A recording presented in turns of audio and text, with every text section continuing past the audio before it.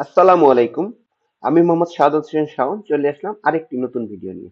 আজকের ভিডিওর টপিকস হচ্ছে ওয়ার্ডপ্রেস ওয়েবসাইটের হেডার এন্ড ফুটার। আমরা জানি যে আমরা যখন একটা ওয়েবসাইট ভিজিট করি, যেমন আমরা একটা ওয়েব ক্রাফট ময়মনসিংহ এর জন্য একটা ওয়েবসাইট বানাচ্ছি। তো ওয়েবসাইটের মধ্যে কি থাকবে? একটা হেডার অংশ, এই যে উপরের যে অংশটা এটাকে বলে হেডার। আর এই যে copyright, web craft, contact page এটা যেটা আছে এটাকে বলে ফুটার। হেডার এবং ফুটারটা আজকে আপনাদেরকে ডিজাইন করে দেখাবো। তো একটা ওয়েবসাইটের জন্য হেডার এবং ফুটার অতীব জরুরি। আপনার কাস্টমার বা ক্লায়েন্ট অ্যাট্রাক্ট করার জন্য বা ক্লায়েন্টের কনসেন্ট্রেশন আপনাকে নেওয়ার জন্য হেডার এবং ফুটার সবচেয়ে বেশি কাজ করে। তারপরে ওয়েব কন্টেন্ট তো কাজ করি, ওগুলো নিয়েও আমরা ভিডিও বানাবো বা সামনে আরো দেখাবো। তো আপাতত আজকে আমরা হেডার এবং ফুটার ডিজাইন করাটা দেখি। তখন হেডারের মধ্যে এখানে আমার কি আছে? WordPress basics, WordPress, HSC, SSC, এগুলা কি? এটা একটা মেনু, প্রাইমারি মেনু বা মেইন মেনু বলা হয়। আর এই যে দেখেন contact us, affiliate, terms of use, about, এটা কি? এটা হচ্ছে ফুটার মেনু। তো হেডারের মধ্যে প্রাইমারি মেনু আর নিচে হচ্ছে ফুটার মেনু। আর এই যে অংশটা এটা একটা কপিরাইট, এটা এইচটিএমএল কোড বা উইজেটও বলতে পারেন। আর এখানে কি? ওয়েব ক্রাফট মেশিন, ওয়েবসাইটটার নাম আছে, ওয়েবসাইটটার লোগো আছে। তো এই কয়টা জিনিস চলুন আমরা আজকে অ্যাড করা শিখি। আমাদের কোথায় যেতে হবে? আমরা সর্বপ্রথম জানি যে ওয়ার্ডপ্রেসের ড্যাশবোর্ডে যেতে হবে। ড্যাশবোর্ডে যাওয়ার জন্য আপনার ওয়েবসাইটের লিঙ্কটা বা ইউআরএলটা লিখবেন এবং লেখার পরে লিখবেন WP-ADMIN, এডমিন লিখে এন্টার দিবেন। এন্টার দেওয়ার পরে আপনার যে আইডি পাসওয়ার্ড দেওয়া আছে, আমি রিমেম্বার মি দিয়ে দিলাম, জানি বারে বারে আইডি পাসওয়ার্ড না চায়।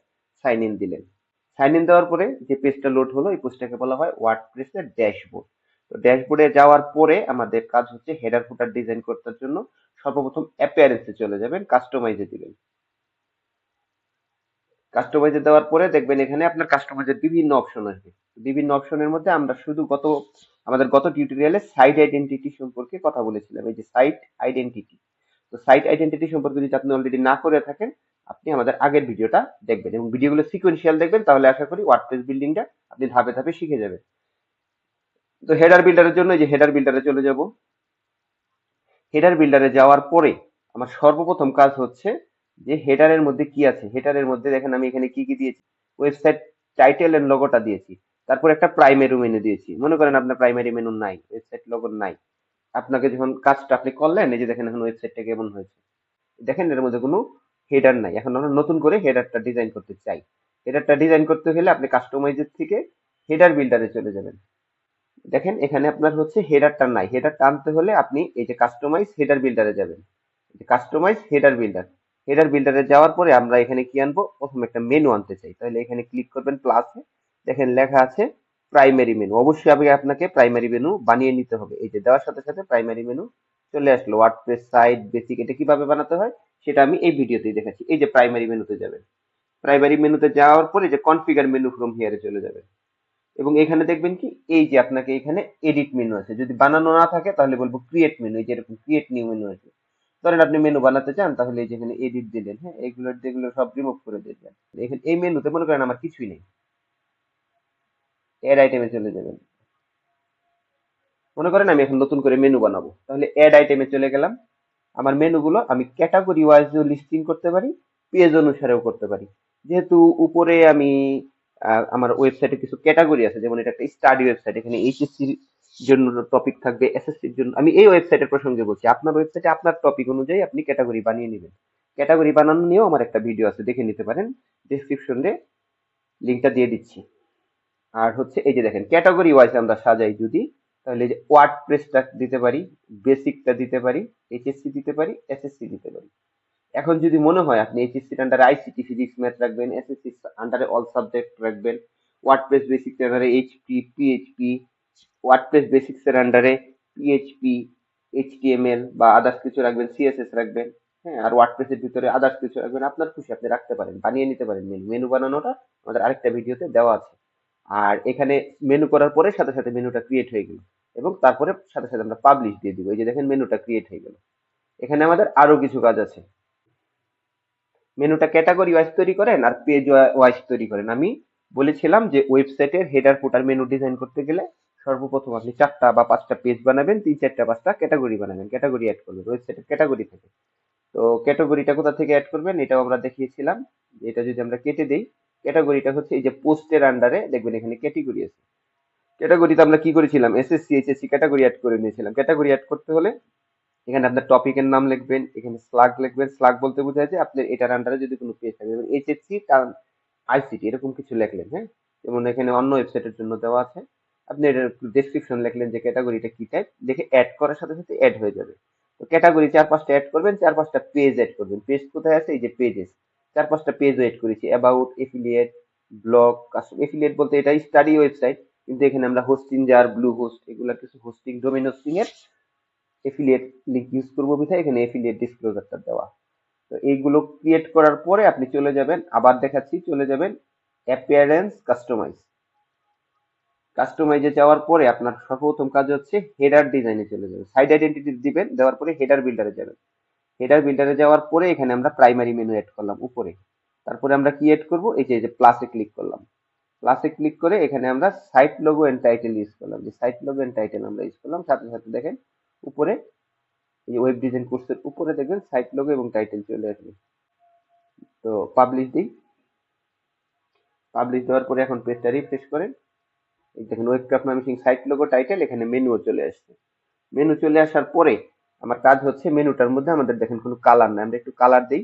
হেডারের মধ্যে যদি এখন আমরা কালার আনতে চাই, তাহলে যে হেডার বিল্ডারে যান, ডিজাইনে যদি যান কালার পাবেন না। আপনি কোথায় যাবেন? এটা হচ্ছে এক্সট্রা থিম দিয়ে দেখানো হচ্ছে, বারে বারে বলি ডিজাইন উইথ এক্সট্রা থিম।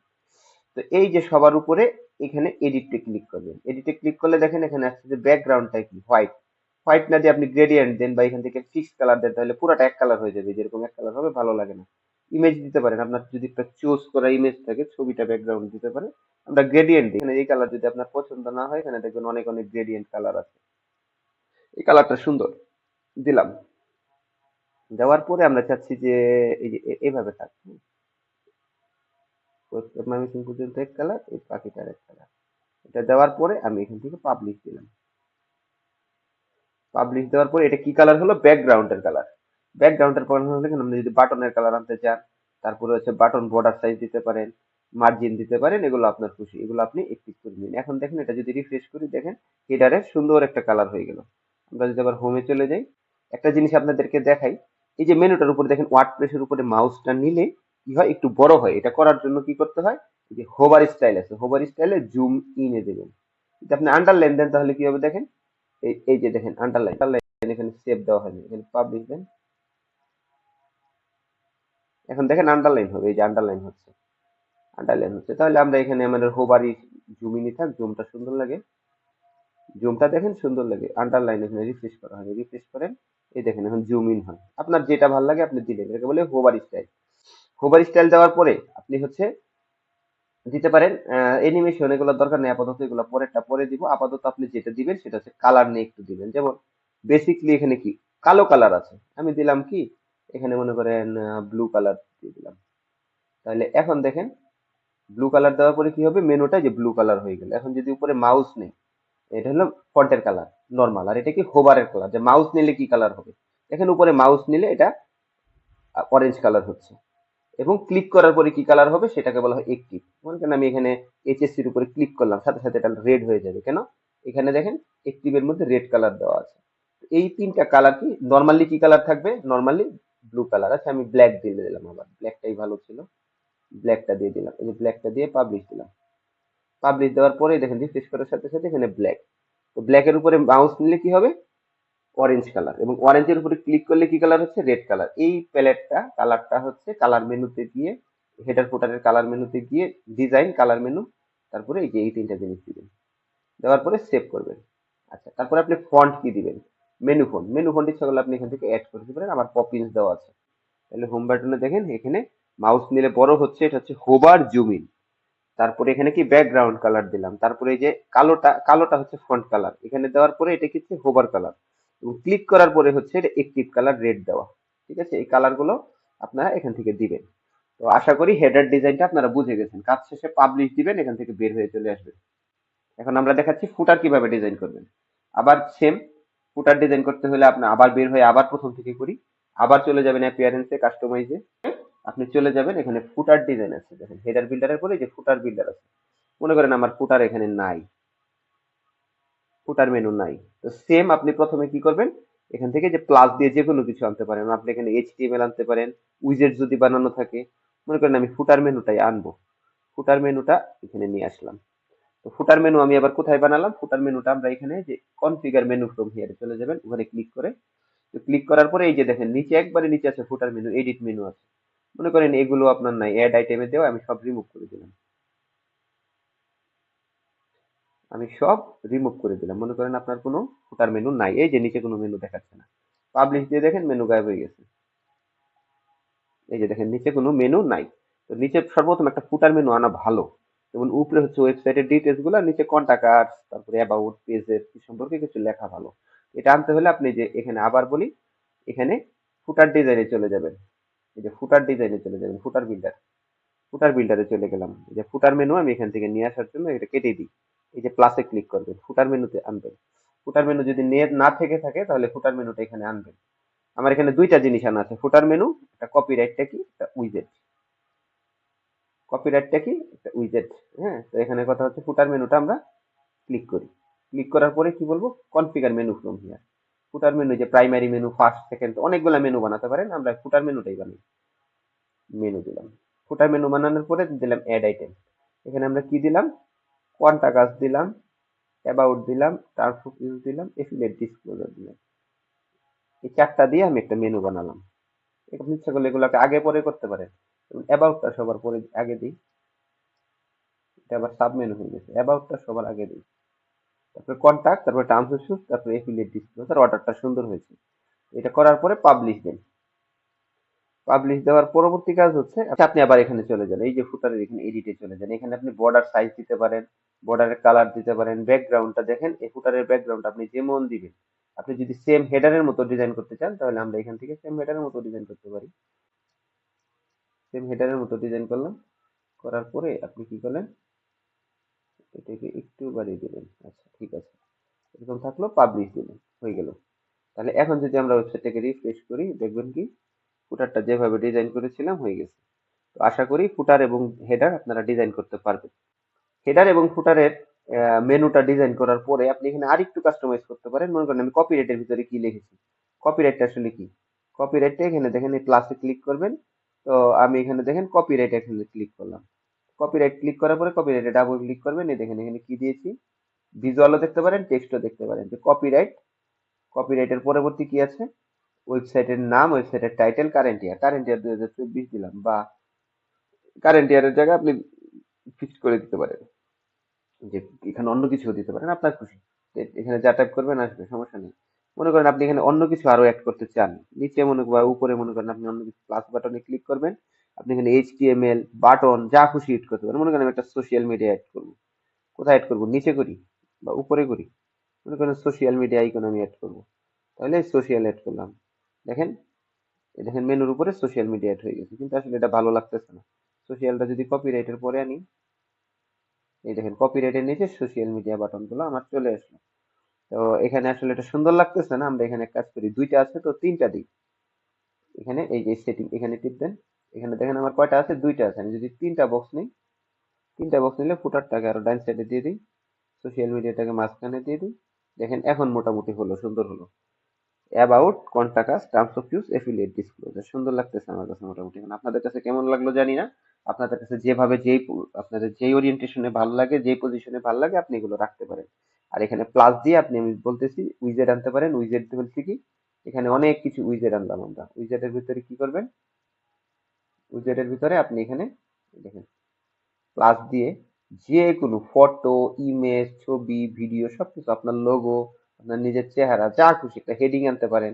মনে করেন আমরা একটা হেডিং আনলাম, হ্যাঁ, বলে লিখলাম learn web design in a week, এটা প্রমোশন বা যা কিছু করতে পারেন, লিঙ্ক দিতে পারেন। ওয়েব ডিজাইন কোর্স, এই দেখেন learn web design in a week. তারপরে এটা আপনাদেরকে বলেছি, এটা যদি পাবলিশ করার পরে আপনাদের যদি ভালো না লাগে, এটাকে ইচ্ছা করলে আপনি এটাগুলোর সাথে আনতে পারেন, এগুলোর সাথে আনতে পারেন, কোনো সমস্যা নেই। এখানে যদি এখানে আপনার ভালো না লাগে, চারটা পাঁচটা করতে পারেন আপনি, তিনটা আছে, পাঁচটা আনতে পারেন। কি পাঁচটা আনতে পারেন, কলাম, এই যে এভাবে আনতে পারেন, বা আমরা শেষেরটাকে বড় আনি এভাবে আনতে পারি। এই যে লার্ন ওয়েব ডিজাইন নিয়ে দরকার নাই, পচা লাগতেছে, ভালো লাগতেছে না, তো আমরা এইভাবেই দিলাম। আগেরটাই সুন্দর ছিল, এটা দিলে ভালো হবে। জি, দিলাম। এটা দেওয়ার পরে আমরা সেভ দিলাম। কি দিলাম, একটা কপিরাইট দিলাম, সোশিয়াল দিলাম, ফুটার মেনু দিলাম। এই ফুটার মেনু ডিজাইন হয়ে গেলো, এটা ক্রস করেন বেরিয়ে চলে আসে। এখন আমরা ওয়েবসাইটের ইন্টারফেসটা দেখি। এই যে দেখুন, হোম পেজে যদি চলে যাই, এই যে দেখেন সুন্দর লাগতেছে। যে এগুলো অ্যাড করা হয় না, আপনি যদি চান এগুলাতে লিঙ্ক দিয়ে দিতে পারেন। লিঙ্কটা কিভাবে দিতে হবে, আপনি যদি ফুটারে এগুলোর লিঙ্ক আবার দিতে চান, আবার অ্যাপিয়ারেন্স কাস্টমাইজে চলে যাবেন। একটা করে দেখাচ্ছি আমি, বা দুইটা করে দেখাচ্ছি। তাহলে আপনি আবার এখানে ফুটার বিল্ডারে চলে যাবেন। ফুটার বিল্ডার, ফুটারের মধ্যে আপনি দেখেন এখানে আমার কি আছে, এখানে আমার সোশিয়াল আইকন আছে। তো সোশিয়ালের মধ্যে আমার ধরেন ফেসবুক আছে। তো ফেসবুকের মধ্যে ইউআরএলটা দেওয়া নাই, আমার এখানে ফেসবুকের ইউআরএলটা দিই। এই যে আমার এখানে ওয়েবক্রাফট ময়মনসিংহ এর যেটা বানাচ্ছি, যেহেতু ওয়েবক্রাফট ময়মনসিংহ একটা পেজ, এই যে ওয়েবক্রাফট ময়মনসিংহ এর আমরা এখান থেকে ইউআরএলটা কপি করব।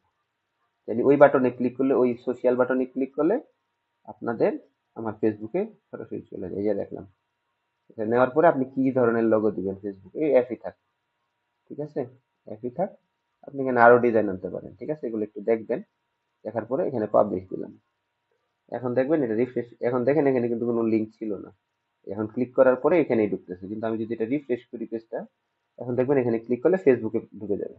এই যে গেল ফেসবুকে, ওয়েবসাইটের আন্ডারে এই যে ওয়েবক্রাফট ময়মনসিংহ, এটা ওয়েবক্রাফট ময়মনসিংহ এর পেজ আর ওয়েবসাইট হয়ে গেল। হয়ে যাওয়ার পরবর্তী আমার কাজ হচ্ছে, এখানে ইনস্টাগ্রাম আছে, দরকার নেই আমার, এগুলো ইউটিউবটা দেওয়া যায় কিনা দেখি। এখানে হচ্ছে, যদি আমরা এখানে সোশিয়াল বাটনে ক্লিক করি, এখানে আমরা অ্যাড সোশিয়াল আইকন দিলাম, এটা ক্রস করে আমরা এখানে ইউটিউব দেওয়া যায় কি, হ্যাঁ ইউটিউব দেওয়া যায়। অ্যাড সোশিয়াল বাটন, আমার টুইটারও দরকার নেই, ইনস্টাগ্রামও দরকার নেই।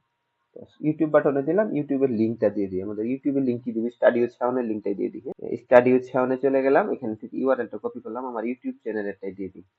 এখানে দিলাম, এখানে দেওয়ার পরে এই যে ইউটিউবে ইউআরএলটা দিলাম, দেওয়ার পরে আমি এখানে অ্যাড সোশিয়াল আইকন দিয়ে দিলাম, দরকার নেই, পাবলিশ দেন।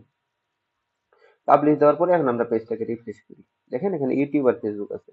ফেসবুকে টিপ দিলে বা ফেসবুকে ক্লিক করলে ফেসবুকে প্রবেশ করতেছে, ইউটিউবে ক্লিক করলে আমার চ্যানেলে প্রবেশ করতেছে। তো যাই হোক, এই ছিল আজকের ভিডিও। আপনার, আশা করি আপনারা হচ্ছে আপাতত ওয়েবসাইটের যে বেসিক বিল্ডিংটা, এই অংশটা বুঝেছেন, এবং এটার পরে আপনারা হেডার এবং ফুটারটা বুঝেছেন। আমাদের পরবর্তী পোস্ট থেকে থাকবো সিকুয়েন্সিয়ালি সাইড বার বানানো, এবং তার পরবর্তী পোস্ট থেকে থাকবে ফন্ট বা বেসিক কিছু সাইট কাস্টমাইজেশনের পরে আমরা কি করে পোস্টগুলা নিয়ে আসতে পারি এবং ধারাবাহিকভাবে ওয়েবসাইটে পোস্টগুলা করতে পারি, এবং এসইও ফ্রেন্ডলি পোস্ট, এই যে র্যাঙ্ক ম্যাথ এসইও আছে, ইনস্টল করা আছে, র্যাঙ্ক ম্যাথ এসইও দিয়ে কি করে এসইও ফ্রেন্ডলি পোস্টিং ওয়েবসাইটে করা যায়, এই বিষয় নিয়ে আপনাদের সাথে পরবর্তী ভিডিও নিয়ে হাজির হচ্ছি। ততক্ষণ আমাদের সাথেই থাকুন। ধন্যবাদ সবাইকে। আর আমাদের উৎসাহ বাড়ানোর জন্য আপনারা প্লিজ আমাদের চ্যানেলটি সাবস্ক্রাইব করেন, এতে আপনি উপকৃত হবেন আশা করি, এবং আমরাও হব। নতুন নতুন ভিডিও নিয়ে আপনাদের সামনে হাজির হতে পারবো। ধন্যবাদ সবাইকে।